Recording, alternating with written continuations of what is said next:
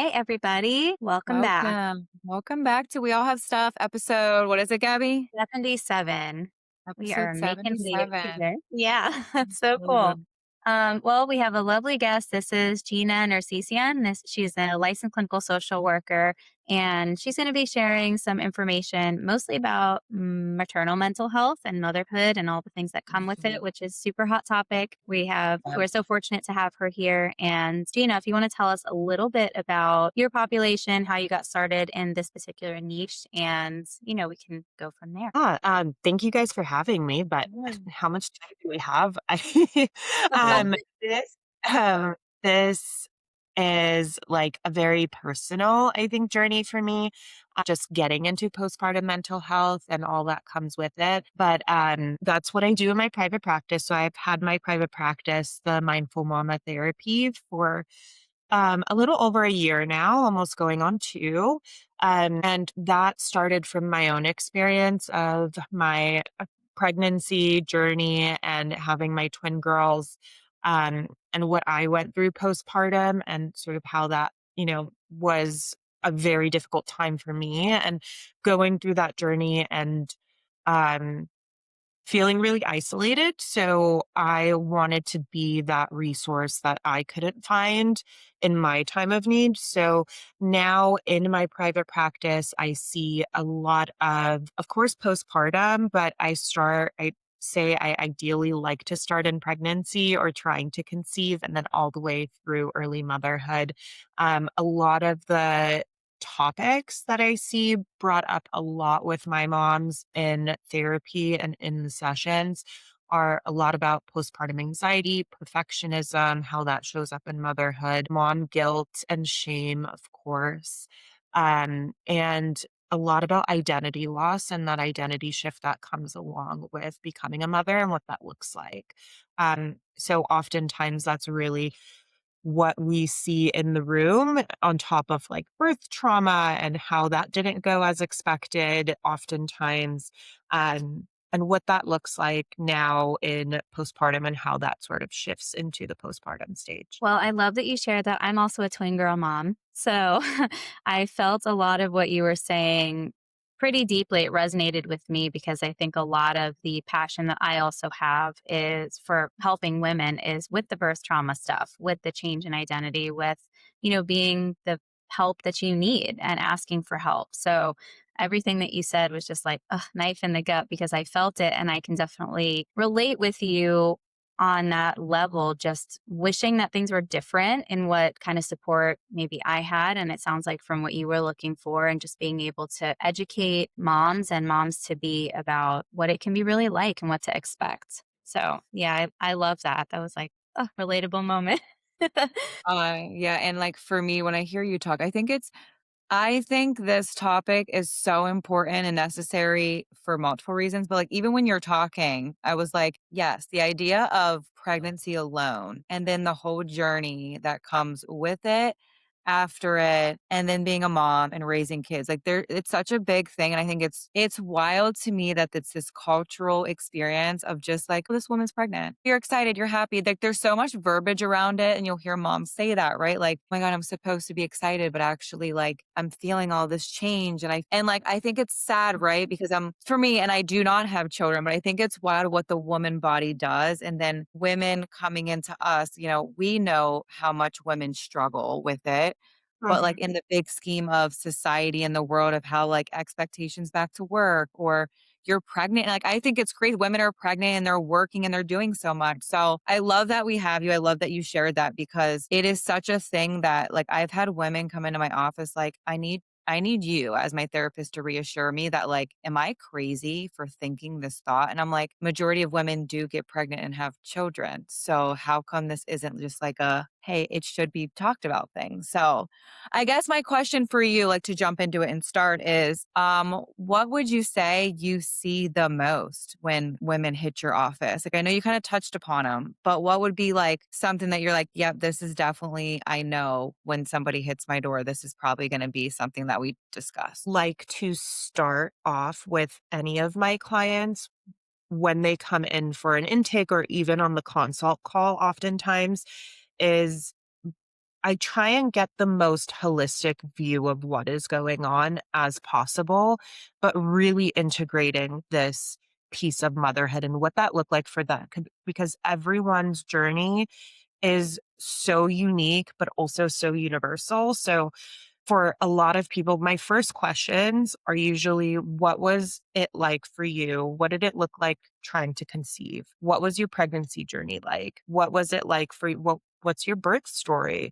What were those first initial sort of like postpartum period times look like for you? Like, what support did you have? All of that. Walk me through what that looked like for you so that I can better understand all of the little, like, sort of micro little t traumas that may have come into where we are now.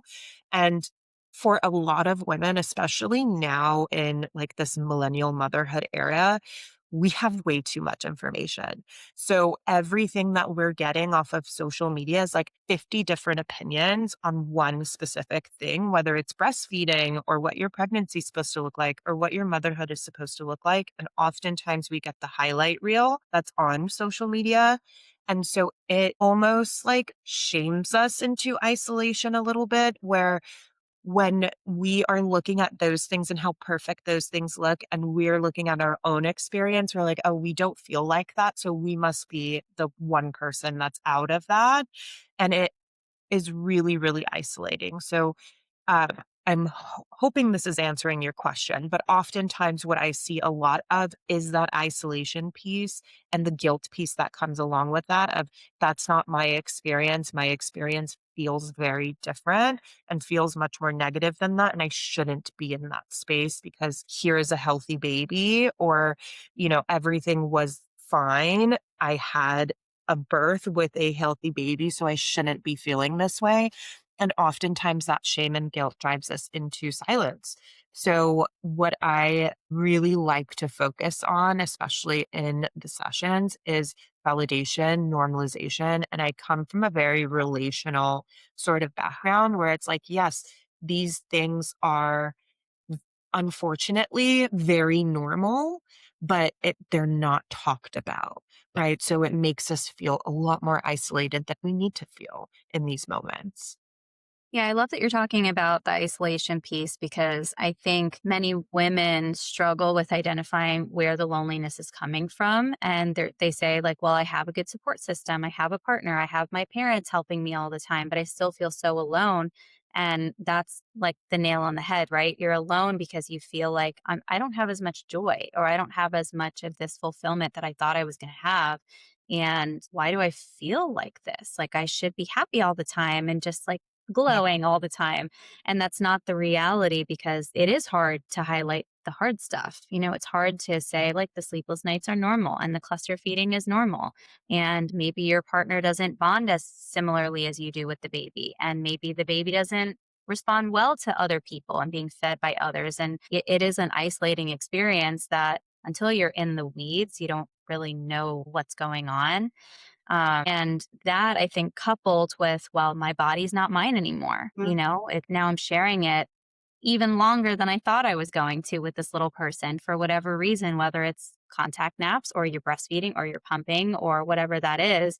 And now, like, who am I? Now I'm an extension of this person who is an extension of me, and it's weird, and nobody else gets it. So, yeah, I definitely see that part of it. And when you extend that conversation to what did you expect motherhood to look like? Like, who are you? Are you still the same person, but now you're a mom? Usually, no. Women say, no, I'm a mom first now, and then I'm my same person. So when you see that come into your office and a client is just like, I don't know who I am anymore. I'm just mom. Everything has mama on it, right? There's no me. And I feel very conflicted about that too, because at the beginning I was like, yeah, I want everything to say mom. And Yeah. after a while, you feel like, okay, but like, where am I? There, Hmm. I'm the twins mom, Yep. you know, and now I'm not like me who also happens to have twins and this other baby. So, how do you address that identity piece in a validating way while also being like, yeah, but it is part of who you are now? Yeah. What does that conversation look like? I think that's such a great question because I think most moms have been there. Like I was certainly there too, where I'm like, mom is a whole personality for me now. Like I don't have anything else going on but mom.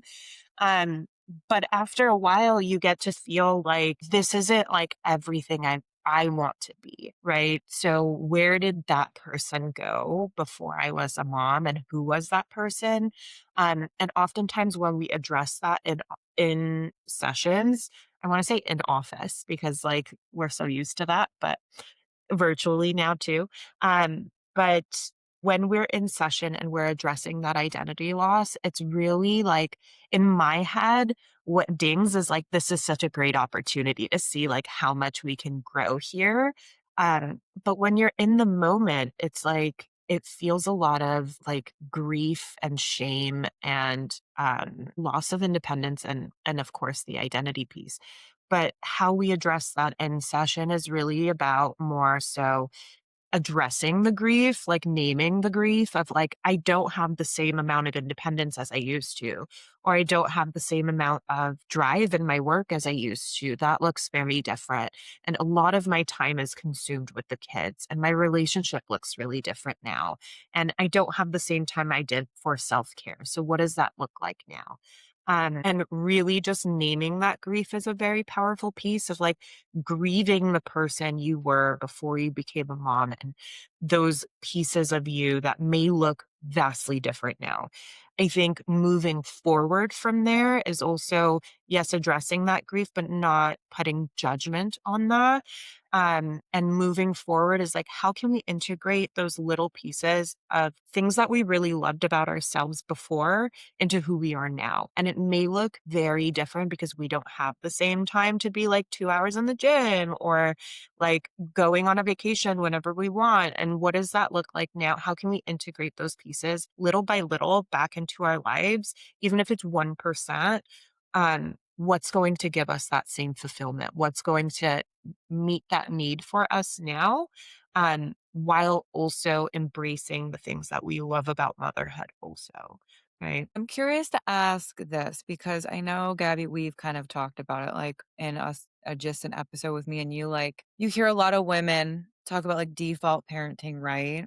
And so what would you suggest, or like what do we explore with clients? And I think there's a wide range like of healthy relationships and non-healthy relationships. Like, you speak about the loneliness, and I think that's exactly what, we're talking about women struggling with. And then you hear a lot of the times like the healthiest of healthiest, I still feel lonely because in a heterosexual world, right? In a heterosexual couple, my husband doesn't fully get it because he's a man, right? And that's health. Say that's still healthy. And then you have the other side where I'm not in a healthy relationship and I do feel lonely because I'm default and I'm doing everything and my husband doesn't care. So, like, when we talk about that loneliness, can you kind of speak to somebody comes in and is like, what do I do about my relationship? Because they just don't get it. So, where do I go to find this piece of myself or community that I might need outside of my relationship, if that makes Uh, sense? yes. And I think that a lot of that is even recognizing that those needs can get met outside of your relationship,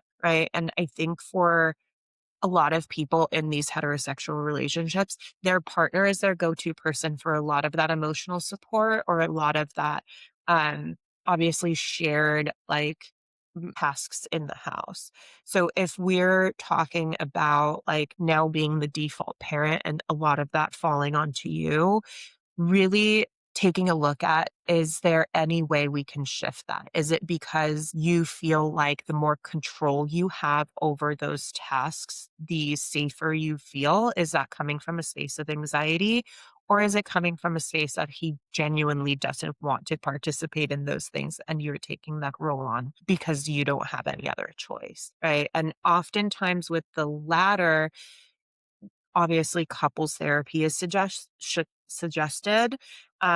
So that comes into play. And that is definitely something that can be really helpful in terms of like really understanding where each partner is coming from and seeing if there is a different division of labor that can happen. In my sessions, I usually suggest first and foremost, let's like have check-ins with our partners of like how can we support each other as a team, get back on the same team. How can we better support each other as a team? What do you need? What do I need? And how can we come together again in finding that? If that is not something that's working, oftentimes, of course, I think couples therapy is the best way to go before it's sort of like dragged out and too late, where you're building so much resentment that it's really hard to come back from. So both of those things and also outsourcing. And I think that obviously if you're in a financial position to outsource some of that help, or even if it's from a family member or a friend, really leaning into asking for help, which is something that's so difficult for so many moms to do, because again, that guilt and shame comes in of I should be able to do everything myself when that's just logistically and rationally not true, right? But emotionally, we feel like in order to be a good mom, we have to be the ones doing it. Yeah, I love that this topic right here is getting brought up because, again, there is that perfectionism piece that you mentioned earlier of just trying to have this perfect, ideal image of yourself as a mom who really is stretched so thin. And I think that's where we see that burnout and we see a lot of moms just not enjoying motherhood the way that they thought because now we have to play so many roles with so many hats and do everything perfectly. And it gets to a point where just being mom is so exhausting that it's hard to be like, oh, wow, yeah, I love this. I want to do extra things. I want to have that, highlight reel of doing all the holidays and I want to do all the decorating and all the special little crafts. And you can't. I mean, you just physically can't on top of taking care of yourself and your home and your job and your relationships and your friendships. So if someone is listening and they're like, wow, yeah, I kind of feel that way, but I don't know where to turn. I don't know how I feel about outsourcing to friends when I have a partner who maybe isn't participating. Where's the healing in that concept of what motherhood can look like? Because I do think that many moms are like, I'm going to go in and we're going to have this perfect, like, we're both going to parent and we're both going to be doing all the things and I'm going to be happy and I'm never going to have to like rely on other people and friends and this and that and the other. So how does that healing come in where you can call up a friend, but also then say, hey, I need to address this in my relationship too? Like, how do you see that dynamic working where there's not resentment? Think it starts with lowering the bar for us, right? Like as moms, it's not possible to be all of those things all at once. And I think oftentimes, again, like it's societal, it's cultural. We have this image of like what the perfect mom looks like. And oftentimes, I don't know who is meeting this perfect mom standard. Like it's so impossible. And we fall into that trap of thinking that that is possible, so having that support from someone who's also been there is really, really important, whether that's a friend, whether that's a family member, whether it's a therapist, whether it's a mom group, um, having that support from someone who's actually been there. The relationship piece where the partner is sort of falling short of what your expectation was of them is also really important to take a deep dive into what was their expectation of what this time would look like and really walking through those miscommunications or those misrepresentations of what we thought it would look like. And really, again, having that sort of talk, whether it's in couples therapy or whether it's together, of how can we sort of meet each other's needs now that we know what this actually looks like, right? Because I think the expectations when you don't have children look very different than what it looks like when you actually are in the trenches and in the reality of it. So again, like really revisiting that when you are postpartum and seeing how can we make this a better experience for the both of us? What does that look like? And if it's couples therapy that's going to walk us through that, then it's that, whether it's outsourcing, and you guys are both in agreement of that. So neither one of you have to worry about that. And it's something that's done start to finish from someone else. Or if it's handing off that task to your partner from start to finish so that you don't have to do the mental load of managing it. Right. I love that. Yes. And the task loop, I think, is something that, especially when you have kids, is really difficult sometimes because you're so overloaded, with all these different things on your plate and things just never get done. So I love that you pointed that out. I want to touch on the topic of birth trauma and how this impacts like the motherhood experience because I don't know about you and your twins, but I've had two very traumatic birth experiences and it really shifted basically like from the onset of motherhood when my kids were born, all three of them. It was just a very atypical experience and not very healing in any way. So let's talk about that. This is something that I feel like is not talked about enough. Moms just are expected to have a traumatic birth or a different experience of birth and newborn life than they expected. And it's like, okay, well, you're good. Baby's healthy, you're healthy, move on. Yeah, And and I yeah, get it, like what you said. I think it's such a sad thing because women will have that, like, "I go to the hospital." I mean, "Oh, you just had a C-section." It's like everything's like things yeah, get so dismissive language, and then women come out like again, like kinda what you said, Gina, like the verbiage is very, "Well, I should be happy because the baby is so healthy," or, yeah. "Oh, they went to the NICU, but it was fine. They came out 3 days later, and I should be grateful that it wasn't worse." And then they negate the experience was not what they expected, was not what they had prepared for, was not ideal. And so I love that question, Gabby, because you hear it a lot of like this dismissal of keep it moving, like everything should be good. Yep. I think that happens more often than not, to be honest, especially in the moms that I see. But just to give a little background on I guess my story and how I got into that is what of course I was pregnant with twins and like everything was perfectly fine until the third trimester. I don't know if that's the same for you, Gabby, but everything was like okay until the third trimester when I started swelling up really badly. And it was Valentine's Day of 2023. And I was like crying in bed because I literally couldn't bend my knees because my legs were so swollen. It was terrifying. But my water broke at 33 weeks, literally that night that I was crying over my knees. My water broke. And at 33 weeks, I was so scared going into the hospital, of course, because I'm like, this is way too soon. I expected it to be sooner than 40 weeks, of course, but like not 33. So by the time we got there, they were trying to stop my labor. It wasn't happening, it wasn't working. And so they rushed me into an emergency C section, which I knew I was going to have a C section because of the risks. They walked me through what that would look like for me. So I was prepared for the C section, but I was 7 centimeters dilated by the time I got into the C section. So I wasn't prepared for labor.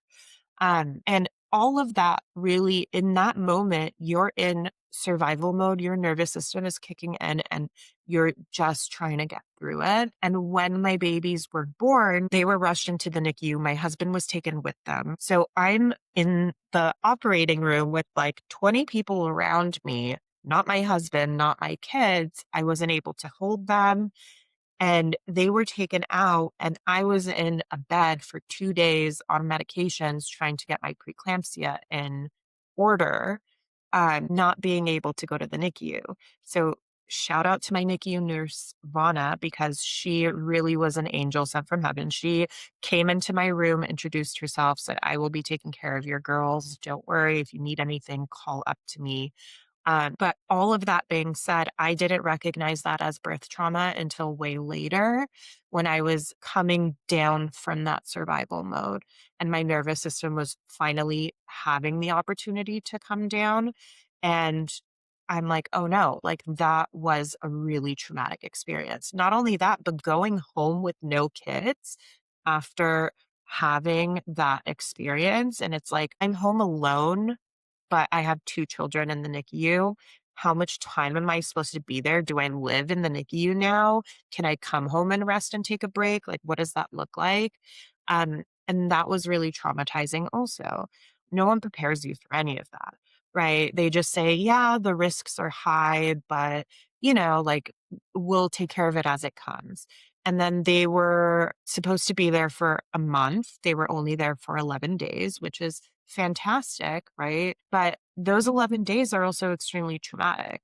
right? But coming home, I was like, well, that was best case scenario. And I should be really grateful because they, did really well. They were just feeders and growers and like they were fantastic. And now they're great. Now they're home. But how do I take care of two preemie babies when it's my first time in motherhood and I have no idea what I'm doing? And now I have two really fragile babies to take care of. Um, so in the room, like in sessions with clients, when I see this come up, it's a lot of it didn't go as expected, but now I'm expected to be really grateful because my baby is healthy. Or like it wasn't as bad as I thought it would, or it wasn't as bad as they projected it to be. But here I am trying to deal with all of these emotions of it not going the way that I wanted it to, or me almost dying, or me almost, losing the baby, or the baby didn't have oxygen. There's so many things that come up in that time. And really, a lot of it is a loss of control and grief around what you thought it would look like versus what it really looked like, and shame around feeling that way because your baby is healthy and you're healthy and you made it to the other side and we're supposed to move forward. So, a lot of that is really acknowledging the grief first and foremost of why is this coming up for us? Why was this an experience that keeps coming up and feeling so traumatic? Let's look at what we're grieving in terms of what we lost in those moments, loss of control, loss of, again, what we expected. How is that coming up for us? And how do we move forward from a place of acknowledging all of that and holding that, like, yes, we got the outcome that we wanted, but it wasn't in the way that we wanted it to go, right? So how can we grieve that while also showing up in all of these other ways of actually taking care of a human that I have to keep alive now when I'm dealing with my own shit, right? Yeah. Yeah. I definitely think that the grief portion is something that we don't expect to be part of new motherhood. Right. And it's such like an experience that we associate with negativity. Right. But we lose things. We lose a lot of things to be mothers. We lose independence. We lose identity. And I think what I've encountered too, and this is for, personally my experience, that a lot of women will say, my next birth will be healing. It'll be awesome. It's going to be everything I ever dreamed of. And for me, I mean, going from similar experience to you, I went home with no babies, and then I went home with one baby, and then I got my second one. And every part of that was hard. So when I had my singleton baby, I said, great, this is going to be everything that I wanted. I'm going to go home with the baby from the hospital. And I did, but it wasn't a peaceful birth either. Like, Mm. we both almost didn't make it. So, I've had to sit with moms and say, like, I get it. I know that you're hoping for that, but what if it's not? You can't predict that your next birth is going to be great because your first one wasn't or your second one wasn't. So I think there's that experience too, like you were talking about earlier, of your expectations can't be too rigid because in motherhood, we're not going to meet them. And that starts from prenatal care, that starts with pregnancy. Like you said, you can be perfectly fine until you're not and until Yeah. things are not. So I think destigmatizing and opening the conversation of, a lot is not going to go your way. And that's Yeah. okay. That's just part of it. And giving your body grace and giving your experience grace and just recognizing my journey's different. I think it's not done enough, and that's why there is that like stigma around complaining about things and crying over the birth you didn't have and how hard it is at the beginning. So, would you mind just talking a little bit about that initial like postpartum feelings period with the anxiety that some women have, the blues that some women have, and even, the anger? Because Mhm. I know for me, I sort of had a little bit of everything, but it was sort of sub threshold. But there are other women that are like, I could destroy things all the time now. And they think it's because of their baby and they're worried that, oh, maybe I don't like my baby. Maybe my baby made me this way. And it creates this difficult bond where you have to explain, like, girl, no, it's not your baby. It's your body doing Yeah. things that are just not cool. So, will you talk a little bit about that just to educate people about maybe what to look for and that it's normal and it happens and you can get help for it? Yeah. Absolutely. I think that's a great question and a great place to go because again, I feel like this isn't talked about enough of like what those things can look like. And we expect everything to look beautiful and like perfect and that we're going to love our baby the second we see them. And oftentimes that's just not the case. And that's not what I hear from moms now. But what I heard when I was pregnant and before I had kids was exactly that of like, oh, it's so beautiful and all of that sort of stuff. But now that I'm in this field and in this niche, I hear it very differently. And I think this is the more common experience that oftentimes, obviously, we don't see. Um, and so, with that initial postpartum period, again, we see a lot of that, like, expectations not getting met of what we thought it would look like, and this is really from the conversations a lot of us have in terms of, like, what becoming a mother looks like and what having children really looks like. But also with I think you said baby blues, and that's an often misconception that I see with a lot of, like, talk around the mental health is that baby blues is like anytime we feel the sadness and feeling down or low mood or low energy, and that's really not the case in a diagnostic criteria sort of way. Baby blues only happens in those first 2 weeks, and that's when your hormones are taking a major dip. And this is what I like to look at a lot with my clients is this really like holistic view of all of this because it's not we can't just always blame your hormones for this. Yes, your hormones are going through a major shift, but so is your identity and so is your mental health because you're not sleeping. You're probably not drinking enough water. You're probably not eating enough because you're breastfeeding and that requires so much more from you. Or you're choosing not to breastfeed. And what does that look like? Or you can't breastfeed. And what does that look like for your mental health because of what you expected versus what you're getting? So baby blues is really just those first 2 weeks. If it doesn't go past those first 2 weeks, then we're looking at a much more like, are we looking at depression? Are we looking at anxiety? Are we looking at postpartum OCD? Like, how do those things play into the conversation? And with the anxiety piece, a lot of that is again, like this fear of lack of control. Everything feels so out of control for me. How can I feel safe in this? And oftentimes that safety doesn't really exist because kids are unpredictable. So we try to control those situations by finding things that feel safe, which is if I check the monitor 50 times, if I check if they're breathing all the time, if I feed them in this way at this time with this light and like make sure that they're in a dark room, make sure this sound is on, all of this stuff. The more I can control, the more I feel safe, the more I feel like I am in control. Then we're taking a look at anxiety and what that looks like. A lot of the moms in my practice look fully functional and fully fine on the outside, but what their thoughts look like and what their experience is that they're not talking about is vastly different, right? So they are over functioning in some ways, but also internally are like imploding because there's so many thoughts going through their head of what if, worst case scenario, catastrophic thinking, all of that sort of stuff.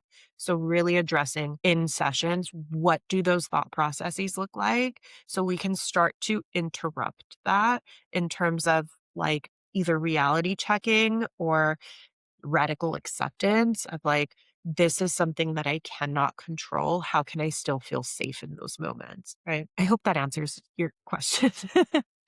Yeah, very much. Yeah, I think all of that is perfectly digestible, and it's a really good way to start looking out for those little warning signs here and there. So, yeah, thanks for addressing that.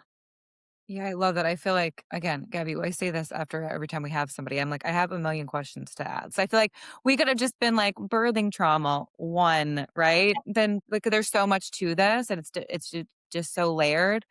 But I loved everything you had to say because, again, I believe it's such a topic that women struggle with. And then, even Gabby, that question you just asked her about, the postpartum stuff. And And Gina, I like your answer because I do like your hormones are shot at that point, right? Mhm. But then it is like, what are the other factors? And then women do struggle like, do I need medicated right away? And there's so much like, can we see what's actually going on before it's like everything feels so unmanageable, you know? But I think getting those thoughts clear when you're in that phase and your whole world is just like flipped into a new world is so hard for like the slowdown and like you said, the expectation of the reality of like what the world pressures moms to look like. And I think that's sad. It's a sad thing to be like, especially with social media is a whole nother thing. Like these Right. moms have it all together. Do they? You know, or is it the same as what you're going through and you just don't hear and see it? You know, I Yeah. definitely just think it's a topic I'm so glad you specialize in and it's so needed. And there's so many women that I'm sure love you and appreciate the work you do for them. And I think it's something that just needs out there more because all of these topics today, I've had a client hit my door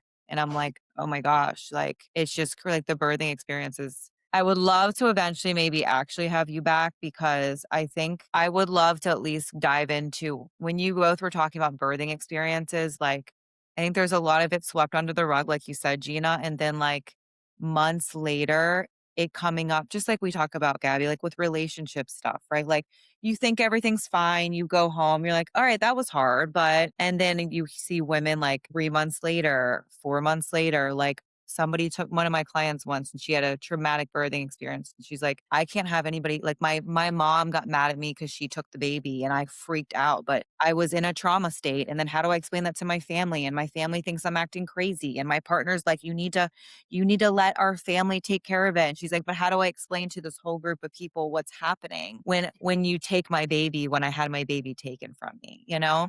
I think that's a whole segment that women don't talk about enough of like the year after and how it impacts you. So yeah, that would be great to even deep dive into stuff like that of how it impacts women, not just the postpartum, just the birthing and the pregnancy and everything impacts longevity. So thank you for sharing everything you said. And Gabby, you chiming in too, because I think a lot of our listeners always, I have my clients that listen to our episodes and they come back and they always say, hearing the people on your podcast not just be educated, but having a situation like mine as a therapist, Mhm. get it is like what our, that's why we want the podcast to exist, right? Because you're relating to these people that are like, oh, they get it too, and they're therapists. So Yeah, I thank you. Go ahead. sorry, No. I realized that you also mentioned mom rage. And I think that comes up a lot with birth trauma also, is like months later when we are in the thick of it and this mom rage is coming up, we're like, who are we? Why are we so angry all the time? And we take it as something that's like a character flaw all of a sudden, like now we're moms and we're so angry. And I think oftentimes like that's something to explore too, to your point, and year after birth is there's a lot of mom rage happening, but also, and that's very, very common. It's a universal experience, I think, for most moms. And also, what does your support system look like? Right? Like, are we only talking your partner's your only support, or are there friends and family that show up and do either tasks or just are there for you emotionally, send you a text that says, hey, I'm thinking about you. What does that look like for you? And or are you relying on, again, outsourcing that support? And the mom rage, oftentimes when it comes into our sessions, it's really about how are you not getting your needs met? What needs are coming up for you that are not getting met or not talked about that are leading into this almost avalanche of rage? Right? And how can we sort of get ahead of that and really take care of that need, even in a micro way?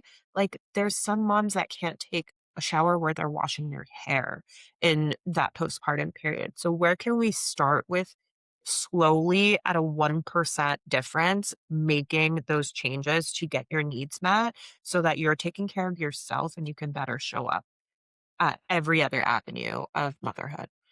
yeah. Yeah.